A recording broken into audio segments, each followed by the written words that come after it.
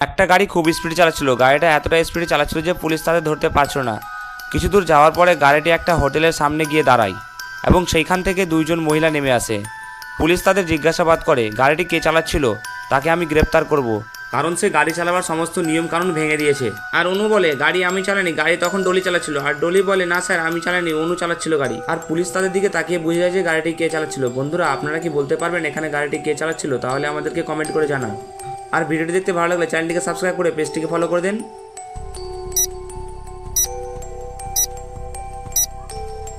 আর উত্তরটি শোনার আগে ভিডিওটিকে একটা লাইক করে দেন। তুমি যদি তাদের জুতোর দিকে তাকিয়ে দেখো তাহলে এখানে অনু হিল পড়ে আছে, তার মানে এখানে গাড়ি ডলি চালাচ্ছিল।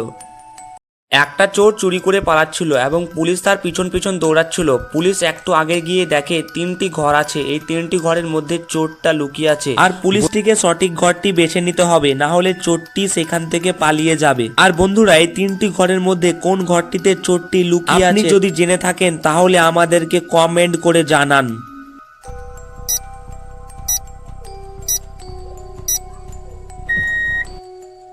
উত্তরটি শোনার আগে ভিডিওটি দেখতে ভালো লাগলে একটি লাইক করে চ্যানেলটিকে সাবস্ক্রাইব করে দেবেন। ভালো করে লক্ষ্য করলে 1 এবং 3 নম্বর ঘরের বাইরে একটি করে পায়ের ছাপ দেখা যাচ্ছে, কিন্তু 2 নম্বর ঘরে 2টি করে পায়ের ছাপ রয়েছে, তার মানে চোরটি এখানে লুকিয়ে রয়েছে।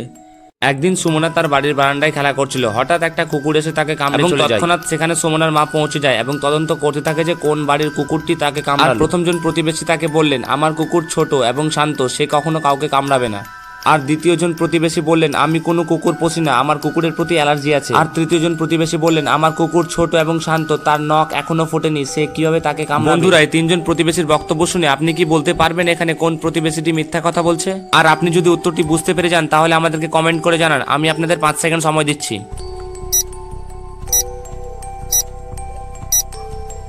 আর উত্তরটি শোনার আগে ভিডিওটি দেখতে ভালো লাগলে চ্যানেলটিকে সাবস্ক্রাইব করুন। আর এখানে 3 নম্বর প্রতিবেশীটি মিথ্যা কথা বলছে, কারণ তার বাড়ির দেওয়ালে আঁচড় দেখা যাচ্ছে, তার মানে তার কাছে একটা বড় কুকুর রয়েছে।